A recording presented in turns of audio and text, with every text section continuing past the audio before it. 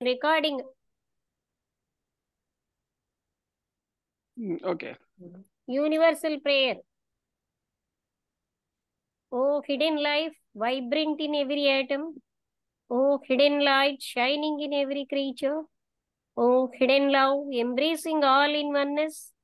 May each who feels himself as one with thee know he is also one with every other. Shanti, Shanti, Shanti. Lakshmi గారు ఆ, ప్రార్థన చేసేను వినబడిందా? శాస్త్రి గారు, శాస్త్రి గారు, శాస్త్రి గారు.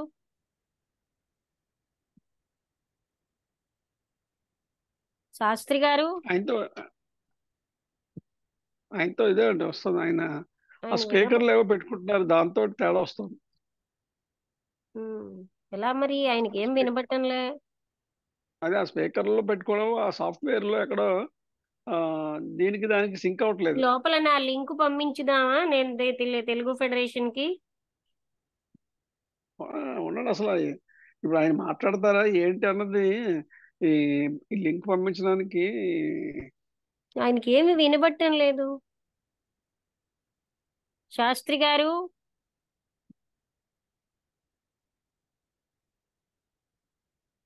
శాస్త్రి గారు,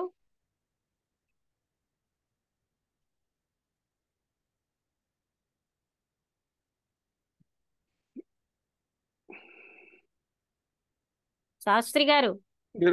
మీరు మీరు మొదలు పెట్టండి. మరి మధ్యలో ఆయన, మరి మిగతా వాళ్ళకి లింక్ లేకపోతే మన నలుగురమే ఉంటాం. ఆయనకి వినబట్టమే లేదు నా అదే మాట. ఉమ్, పంపించుదామా మిగతా గ్రూప్ కి లింకు? మిగతా వాళ్ళకి లింక్ పంపించడానికి ఏదో పంపించడానికి ట్రై చేస్తే రాజమండ్రి దాంట్లో పెడితే అది ఏదో తుస్సుమంది నాకు. నేను పంపించిన ఒక 1 minute to నాకు 2 minutes పంపించండి, కొంత టైం నాకు పట్టిస్తుంది. పంపించండి. మీకా? ఆ, నీకు పంపించాలా? నాకు పంపిస్తే నేను ఆ, నేను ఇప్పుడు ఇప్పుడు నేను మొదలెట్టి ఇప్పుడే చేస్తున్నాను నేను. ఇంకో నేను పంపిస్తున్నాను మీకు.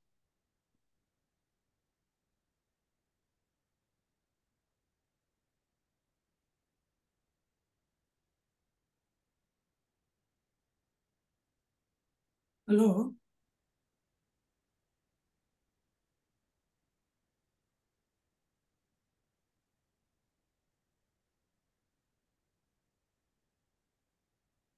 మీకు పంపించాను. అలాగే ఆయనకి వినబడకపోతే ఎలాగండి మరి? చెప్తున్నా కదా, ఆయన ఆ స్పీకర్లో పెట్టుకున్నారు, దాన్ని బట్టి తేడా వస్తుంది. ఉమ్, మాట ఓకే. వినపడాలి ఇప్పుడు కదా పోనీ. ఆయన మాట మనం ఏదోలాగా అర్థం చేసుకున్నా మన మాటే వినబట్టంలే. ప్రార్థన చేసినట్టు కూడా తెలియలేదు ఆయనకి.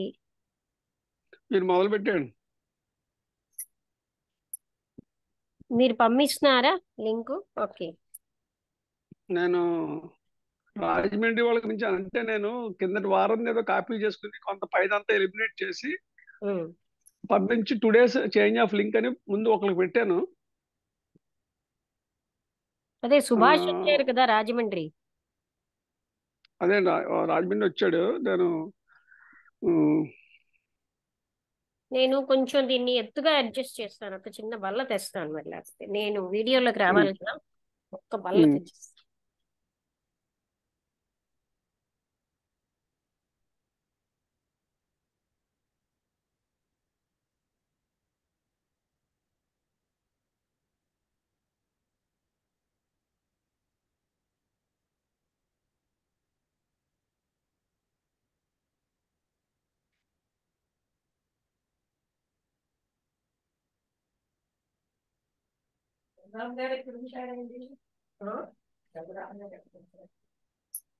రఘునాథ్ గారు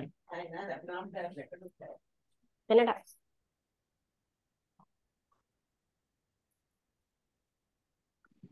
ఎవరు? ఓకే. ఏదో పేర్లు ఎలిమినేట్ చేసి పెట్టాను ఒక గ్రూప్ లో. ఆయన ఆయన ఆయన ఇప్పుడు సరే రఘురామారావు గారు చూడండి, ఇప్పుడు లక్ష్మి గారు లింక్ కనెక్ట్ అయిందిగా. అది కాదు మీరు కనెక్ట్ అయ్యారు. ఇప్పుడు అందరూ మీరు ఎలా చేయండి అందరినీ. నేను యూనివర్సల్ ప్రేయర్ చేశాను, మరొకసారి చేసేసారా? చేయాలా? అక్కర్లేదు, ఇంక మీరు చేసేసారు కదా. మీరు మీరు చెప్పేస్తే నేను మొదలెట్టండి. స్టార్ట్ ఇందాక నుంచి చేస్తాను. చెప్తున్నాను, మీకు వినబడలేదు. ఇప్పుడు మొదలు పెట్టండి. నాకు కనెక్ట్ కాలేదు మీరు. ఓకే, అయితే చేస్తా. 1 సెకండ్ అండి, ఇక్కడ చిన్న పొరపాటు జరిగింది. 1 సెకండ్ అండి, అయిపోతుంది. నేను రికార్డింగ్ ఆన్ చేశాను. సార్ మీరు ఇలా అయితే కష్టం అండి. శాస్త్రి గారు రికార్డింగ్ ఆన్ లో ఉంది, మొదలు పెట్టండి. అలాగే. లేట్ వచ్చు, టూ మచ్ డిలే. నమస్కారం, వినబడుతుందండి మేడం? వినిపిస్తోంది. Okay. Sorry for the disturbance and the trouble given to you by me or by my ignorance. So ఈరోజు మనం సనాతన ధర్మం గురించి డిస్కస్ చేద్దాం.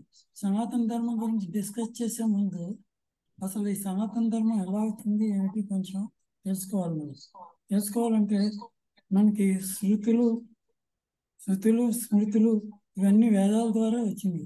ఆ వేదాల నుంచి మనకి ఈ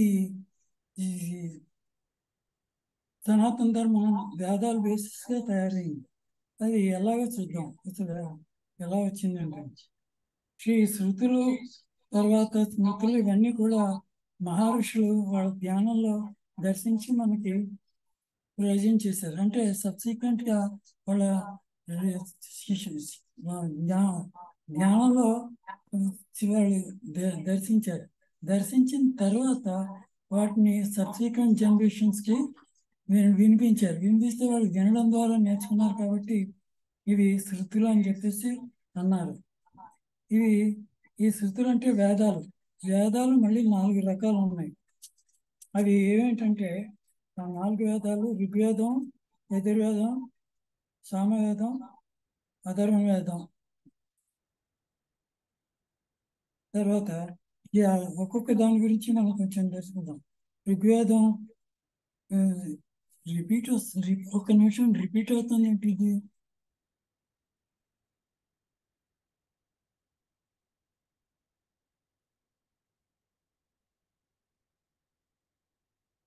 ఇప్పుడు చూడండి, వస్తుందా మీకు లక్ష్మి గారు?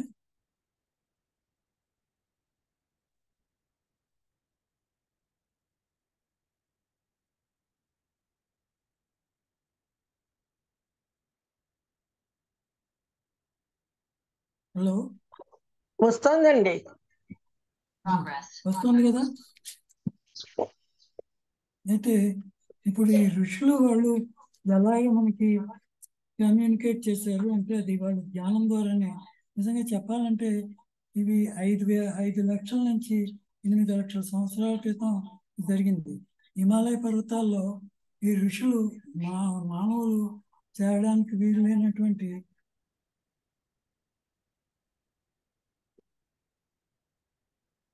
ప్రదేశంలో వాళ్ళు ధ్యానం చేసుకుంటూ అవి ఆ ధ్యానం ద్వారా మనకి సబ్సిక్వెంట్ జనరేషన్స్ కి అందజేశారు. అందజేసిన తర్వాత అవి మనకి ఇవి చాలా కాలం వరకు కూడా ఎక్కడ రైటింగ్ లేకపోవడం వల్ల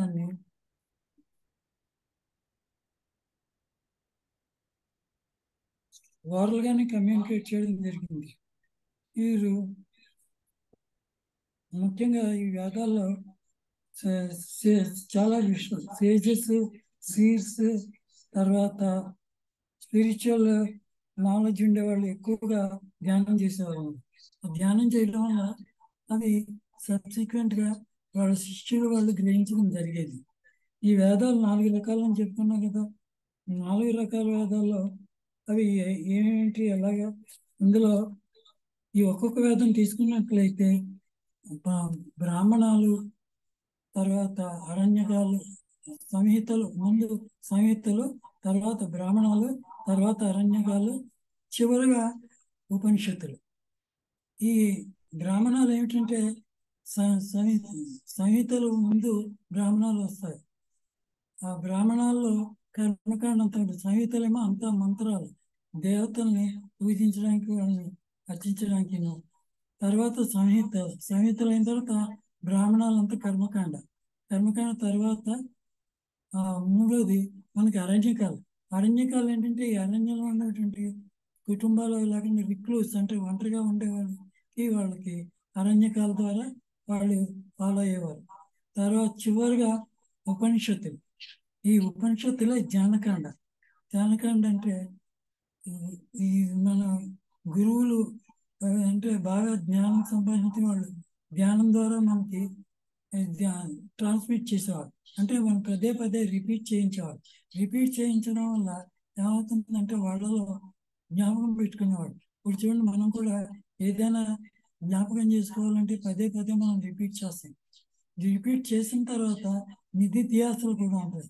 నిధిధ్యాస అంటే ఇప్పుడు జ్ఞాపకం పెట్టుకున్న దాన్ని బాగా డీప్గా, అంటే ప్రతి పదార్థంతో సైతం మనం పదే పదే చేయడం వల్ల దాంట్లో ఉన్నటువంటి ఎస్సెన్స్ మన హృదయానికి పడుతుంది.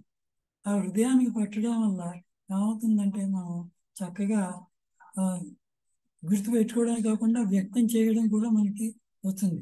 ఈ విధంగా వేదాలు మనకి వచ్చినాయి శృతులు. ఇంకా స్మృతి అంటే ధర్మం అన్నమాట. లా ఆఫ్ సొసైటీలో వాళ్ళు ఏ విధంగా ఫాలో అవ్వాలి ఏమిటి ఇవన్నీ అందులో చెప్తారు. ఈ స్మృతుల్లో కృతయుగంలోకి వచ్చినట్లయితే మనుస్మృతి, త్రేతాయుగంలోకి వచ్చినట్లయితే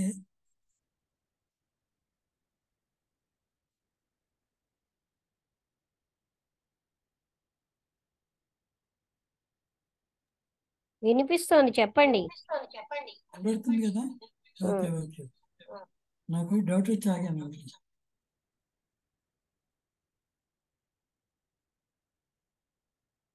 కృతయుగంలో మను అనేటువంటి మహర్షి మనకి చెప్పడం ధర్మాలు, అవి కుటుంబంలో ఆ కాలానికి వర్తించేటట్టుగా ధర్మాలన్నీ చెప్పడం జరుగుతుంది. అలాగే త్రేతాయుగంలోకి వచ్చేసరికి యాజ్ఞవల్క మహర్షి, తర్వాత ద్వాపరయుగంలోకి వచ్చేసరికి ఇద్దరు ఋషులు చేస్తారు. ఇంకా కలియుగంలోకి వచ్చేసరికి పరాశర స్మృతి. అంటే ఇప్పుడు మనం కలియుగంలో ఉన్నాం కాబట్టి మీరు శాస్త్రి గారు ఆ మౌత్ పీస్ ఇంకా ముందు పెట్టుకోండి. ఈ మౌత్ పీస్ ఇంకా ముందు పెట్టుకోండి. మీ మౌత్ పీస్. హలో, ఇప్పుడు ఎలా ఉంది? వినబడుతుందండి? ఓకేనండి, కొంచెం నయం. కొంచెం నయమా? ఇప్పుడు ఓకే. ఈ శృతి ఇది ధర్మాల గురించి తెలుస్తుంది. అంటే సాంఘిక పరమైనటువంటి, కుటుంబపరమైనటువంటి, వ్యక్తిగతమైనటువంటి ఇవన్నీ కూడా ధర్మాల గురించి. అంటే చెప్పాలంటే లాస్ మనకి ఇండియన్ పీనల్ కోడ్. సార్ ఇంకా గట్టిగా చెప్పడం అవుతుందా శాస్త్రి గారు? ఏమండి, ఇంకా గట్టిగా చెప్పడం అవుతుందా? మీ మైక్ ద్వారా వినబడట్లేదు. వినబడలేదండి. లేదు లేదు, ఇంకొంచెం గట్టిగా చెప్పడం అవుతుందా అంటున్నాను. సెకండ్ మీరు సౌండ్ పెట్టుకోండి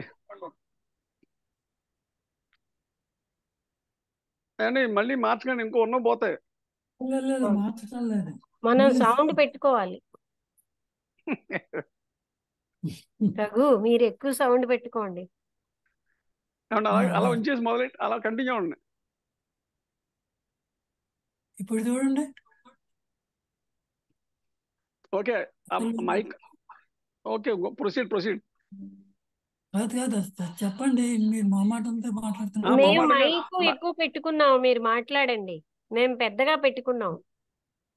మేము పెట్టింది వినబడుతుందా లేదా చెప్పండి. నాకు వినిపిస్తుంది.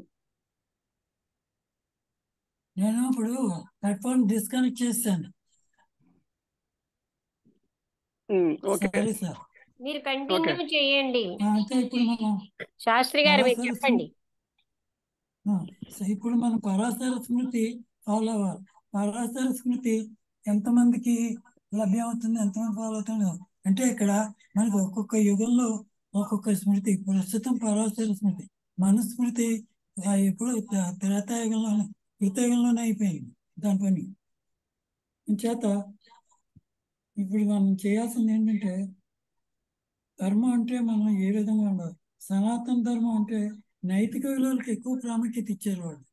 ఈ నైతిక విలువల గురించి తెలుసుకోవాలంటే మనకి ఒక సనాతన ధర్మం అనేటువంటి పుస్తకం ఉంటుంది. అది మీరు నెట్లో డౌన్లోడ్ చేసుకున్నట్లయితే ఏ సమయంలో ఏది చేయాలి అవన్నీ చాలా డీటెయిల్డ్గా ఉంటుంది సనాతన ధర్మంలో. ఆ సనాతన ధర్మం ఏం చెప్తుందంటే, మనకి విశ్వం నుండి మనకి కాస్మిక్ ఆర్డర్లో అనేక రకాలైనటువంటి మెసేజెస్ వస్తూ ఉంటాయి. అవి మనం ధ్యానంలో ఉన్నప్పుడు మాత్రమే గ్రహించగలుగుతాం అని చెప్పి. డిస్టర్బెన్స్ వస్తుందండి. హలో, డిస్టర్బెన్స్ వస్తుంది నాకు. పర్వాలేదు, మాట్లాడండి, తగ్గిపోయింది. ఇది క్లోజ్ చేస్తాను.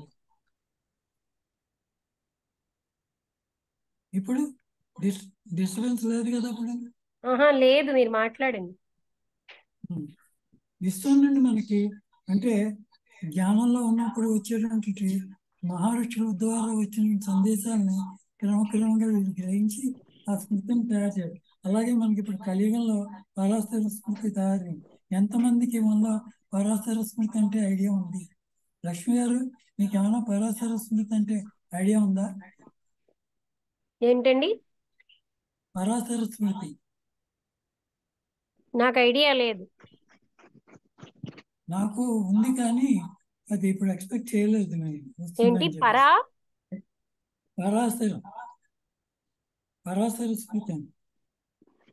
సరే, అవి అక్కడికి వెళ్దామండి.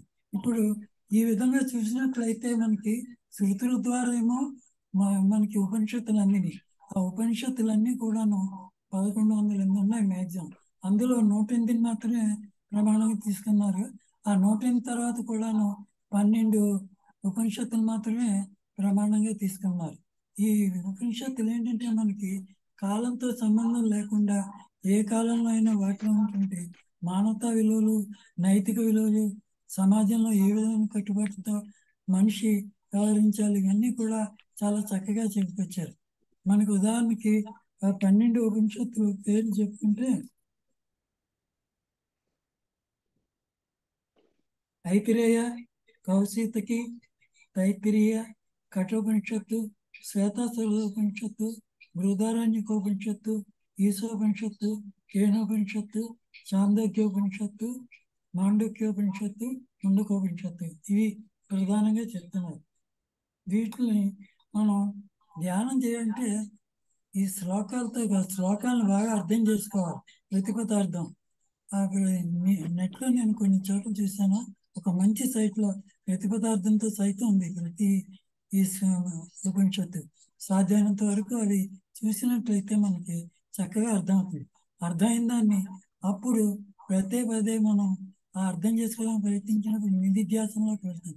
అంటే మననం చేసేటప్పుడు అర్ధసహితంగా మననం చేయాలి. ఆ మననం చేసేటప్పుడు మన క్యాజువల్ బాడీలోకి వెళ్ళిపోతాం.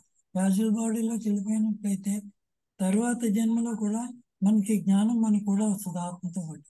దానివల్ల ప్రయోజనం జరుగుతుంది. తర్వాత మనకి ఇంకోటి నేర్చుకోవాలి. ఈ మనకి నా పర్సనల్ ఒపీనియన్ చెప్తాను. ఇప్పుడు ఏంటంటే మెయిన్ థీమ్స్ ఒకటి, దాని గురించి చూద్దాం. క్యారెక్టర్ ఈ నియమాలు ఫాలో అయినప్పుడు మనలో కాన్షియస్నెస్లో చేంజ్ వస్తుంది. ఆ కాన్షియస్నెస్లో చేంజ్ మనం తెలుసుకోగలగాలి. ఎలా తెలుసుకోగలం? ధ్యానం ద్వారానే మనం క్రమక్రమంగా ధ్యానం ఎక్కువ కాలం చేయడం వల్ల అవి ఏమవుతుందంటే క్రమక్రమంగా మనకి కాన్షియస్నెస్లో మార్పు వస్తుంటాం. కాన్షియస్నెస్లో ఎప్పుడైతే మార్పు వస్తుందో మనలో తెలియకుండానే ఒక అద్భుతమైనటువంటి మార్పులు జరుగుతుంటాయి మన వ్యక్తిత్వంలో. ఆ మార్పులు ఈ ధ్యానం కంటిన్యూ చేయడం వల్ల క్రమక్రమంగా మనలో స్థిరపడుతుంది. తర్వాత మనం చేయాల్సింది ఏంటంటే, ఈ విధంగా ధ్యానం చేసిన తర్వాత మనం మనలో ఉన్నటువంటి బలహీనతలు క్రమక్రమంగా దూరం అవడం మొదలెడతాం. అప్పుడు మనలో ధ్యానం జరిగినటువంటి మార్పు ఏంటంటే మన వ్యక్తిత్వంలో మార్పు వస్తుంది. ఆ వ్యక్తిత్వంలో మార్పు క్రమక్రమంగా రావడం వల్ల మనం యూనివర్సల్ కాన్షియస్నెస్ తో కనెక్ట్ అవుతుంటాం. ఆ యూనివర్సల్ కాన్షియస్నెస్ తో ఎప్పుడైతే కనెక్ట్ అవుతామో మనకి ఇంకా తెలియని విషయాలు కూడా సహజ ఆటోమేటిక్గా అవే మనకి వస్తూ ఉంటాయి. లక్ష్మి గారు మీరు అంటూ ఉంటారు ఎక్కువగా మనకి ధ్యానం చేసేటప్పుడు అవే మనకి వచ్చేస్తాయని. అది నిజమే. అది నేను అబ్జర్వ్ చేశాను వ్యక్తిగతంగా. కాకపోతే ఇది అందరికీ వ్యక్తిగతంగా అనుభవం కావాలంటే వాళ్ళ ధ్యానం సరిగా చేయాలి. ధ్యానంతో పాటు యూనివర్సల్ సోల్ తోటి కనెక్ట్ అవ్వాలి. ఆత్మతో కనెక్ట్ అవ్వాలి. ముందు మన ఆత్మతో ఎప్పుడైతే కనెక్ట్ అవుతామో అప్పుడు ఇది చాలా నిజమైన మార్పు వస్తుంది. ఇంకోటి నేను అబ్జర్వ్ చేసింది ఏంటంటే ఈ ఆత్మతో కనెక్ట్ అయినప్పుడు మనకి ఇతరులతో నిన్న సెల్ఫ్ నాలెడ్జ్ అన్నారు చూసారా. నిన్న మనం విజయవాడ మీటింగ్ లో వచ్చింది లాస్ట్. నేను ఒక ప్రశ్న వేస్తాను, సెల్ఫ్ నాలెడ్జ్ వల్ల ఎలాంటి ప్రయోజనం ఉంటుంది అని అడిగారు ఒకరు. దానికి ఏంటంటే ఈ సెల్ఫ్ నాలెడ్జ్ ఏంటంటే మన కాలంతో సంబంధం లేకుండా, సొసైటీతో సంబంధం లేకుండా జ్ఞానం మనకు వస్తుంది.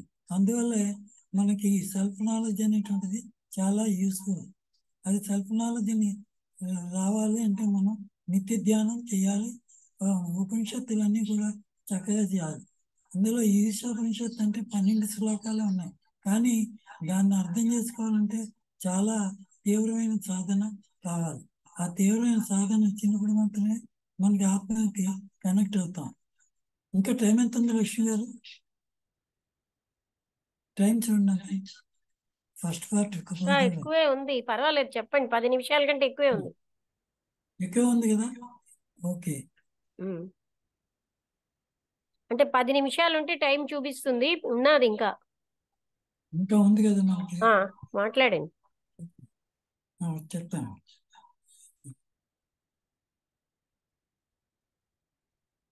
కొంచెం ఒక్క సెకండ్.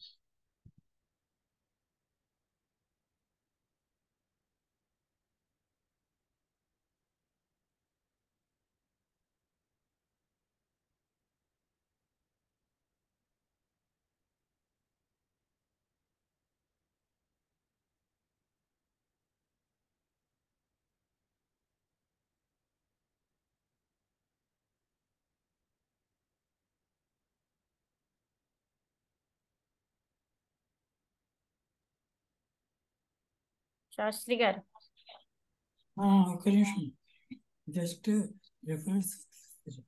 మీరు ఒక్క నిమిషం అంటే నలుగురు వెళ్ళిపోతున్నారు బయటికి.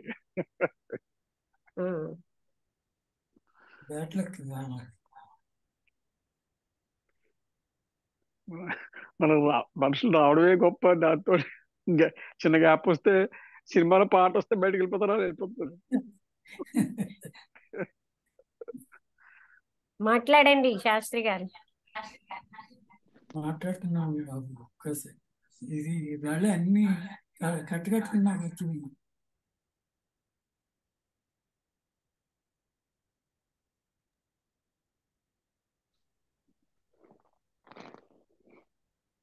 ఈ లోపల లక్ష్మి గారు నేను హెల్ప్ చేయండి. మీరు సనాతన ధర్మం మీద మీకు ఐడియా ఉందా?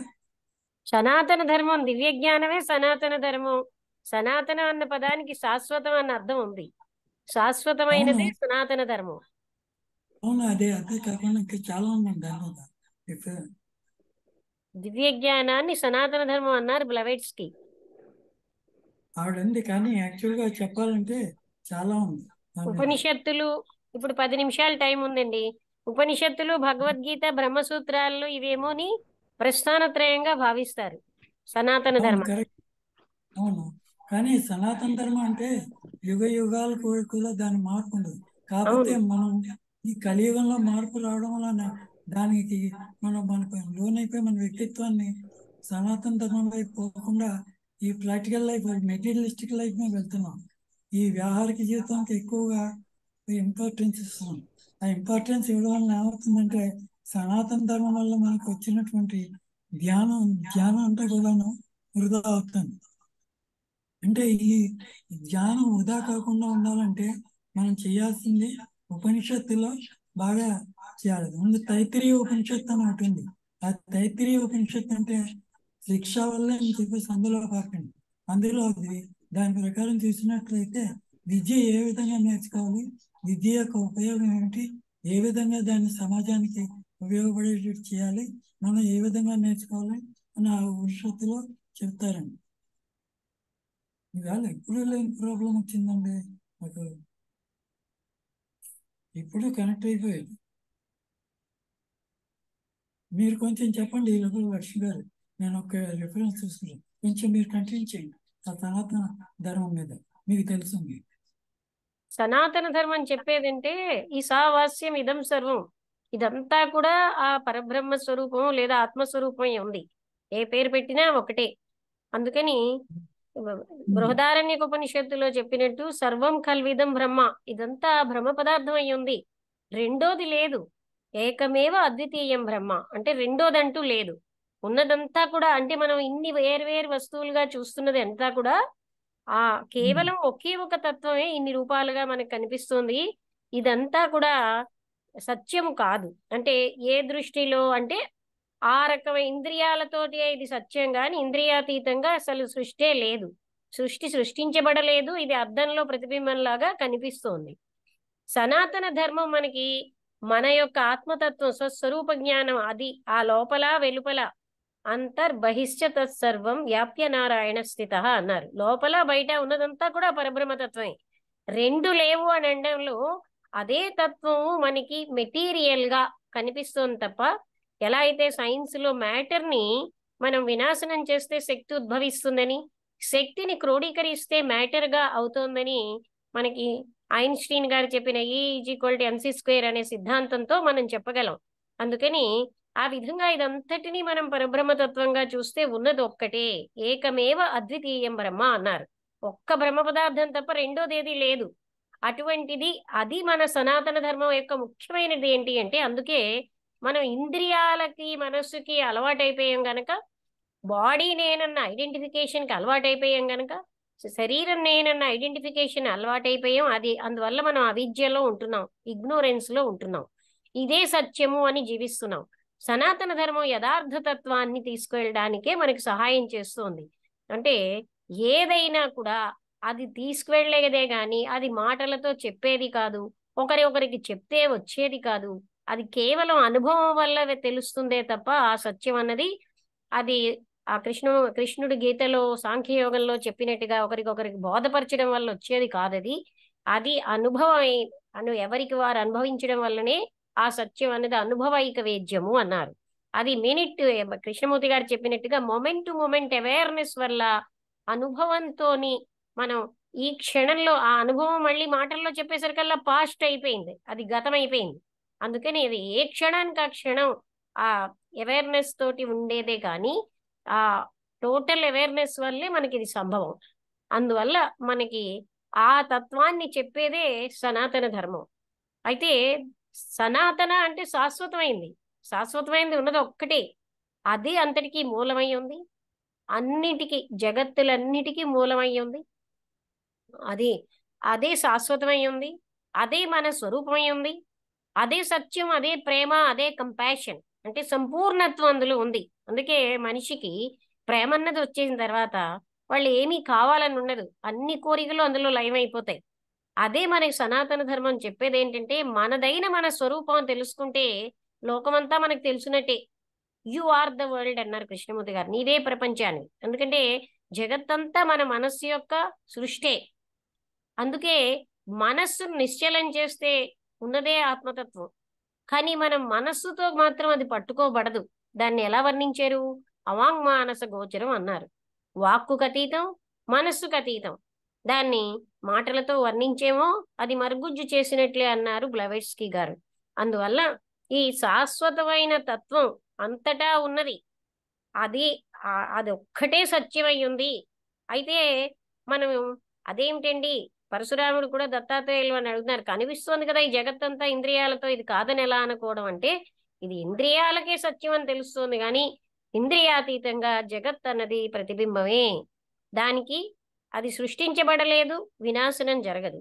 దాన్ని మనం తెలుసుకోవడం వల్లే. అందుకే రమణ మహర్షి గారు నిన్ను నువ్వు తెలుసుకో, ప్రశ్నించేదెవరో తెలుసుకో అని అనడంలో అసలు ఒక మిథ్యా నేను, దానికి అస్తిత్వం లేని నేనుకే పుట్టింది దగ్గర నుంచి చనిపోయే వరకు మనం ఏమోని అలాగా అదే సత్యం అని జీవిస్తున్నాం. అసలైనటువంటి సత్యం ఎప్పుడైతే అర్థం అవుతుందో ఈ మిథ్యానేనులన్నీ కూడా కరిగిపోతాయి. అందుకని మనస్సుతో పట్టుబడదు గనక మనస్సు నిశ్చలం చేయగలగడమే మనం చేయాల్సిన పని. అందుకోసమే మన వాళ్ళ ఇంద్రియ మనోనిగ్రహాలు ఇవన్నీ ఎందుకన్నారంటే యోగ చిత్తవృత్తి నిరోధ అని అంటే చిత్తవృత్తులు ఉన్నంతసేపు అది మనకి అక్కడే ఉన్నది. మనం అందరం సెల్ఫ్ రియలైజ్డే కానీ మనకు ఆ అవేర్నెస్ లేకుండా జీవిస్తున్నాం. అందుకే చిత్తవృత్తి నిరోధిస్తే అదే ఉంది అక్కడ. అలా అని బలవంతంగా కాదు.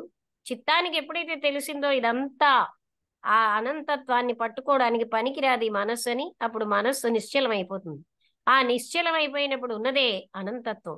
అందువలన మనం ప్రయత్నించాల్సింది అంటూ ఏమిటంటే మనకున్న అడ్డులు తొలగించుకోవడమే. అది ఎప్పుడు షైన్ అవుతూనే ఉంది.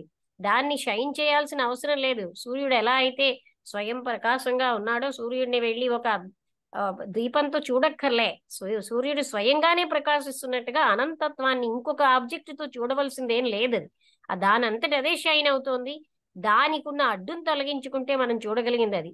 మనం సాధన అంటున్నదంతా కూడా ఆ అడ్డులన్నీ తొలగించడమే మనం చేస్తున్నాం. అంతేగాని దాన్ని ప్రకాశింప చేయనక్కర్లేదు.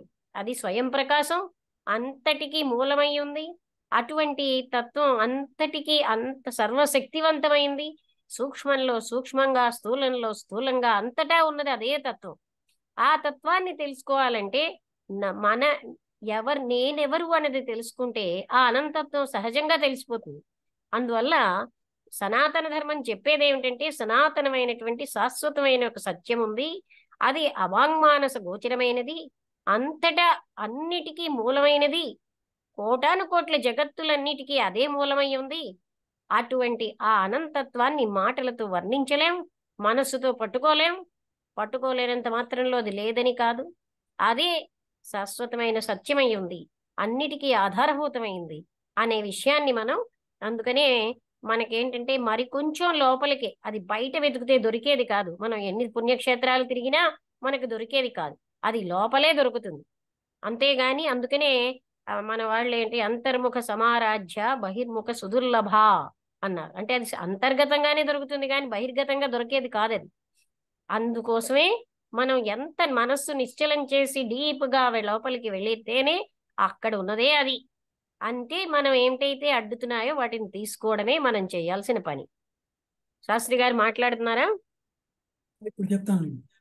ఇప్పుడు ఆత్మ పదార్థం ప్రాథమికంగా ఒకదానికి ఒకటి వ్యతిరేకం. భౌతిక స్పృహలో జీవించినప్పుడు మాత్రం మనం ఆధ్యాత్మిక అనుబంధాలు ఒకదానికి ఒకటి కుదరవు.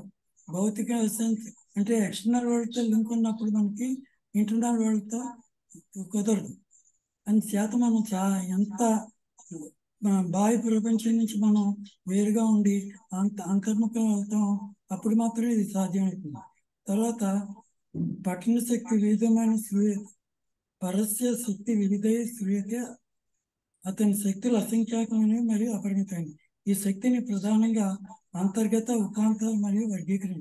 అంటే పరమాత్మ యొక్క శక్తి శాశ్వతమైన శక్తి అనమాట. ఇది జ్ఞానవంతమైన ఆధ్యాత్మిక ప్రపంచాన్ని ఏర్పడుతుంది. అంటే మన కాస్మిక్ ఎనర్జీ మనలోకి వచ్చినప్పుడు ఎవరు ఊహించలేనటువంటి అంతవరకు మనకి లేనటువంటి జ్ఞానం కూడా వస్తుంది. సాధారణ భౌతిక ప్రపంచంతో కనెక్ట్ అయిన వాళ్ళు ఏమనుకుంటూ ఉంటారంటే ఇది మనం సైన్సెస్ దానివల్ల మనం సంపాదించవచ్చు ఈ జ్ఞానం, ఇంకా కొంచెం చేస్తే అని చెప్పేసి సైన్స్ లో డీప్గా వెళ్తున్నాం. అది అసాధ్యం.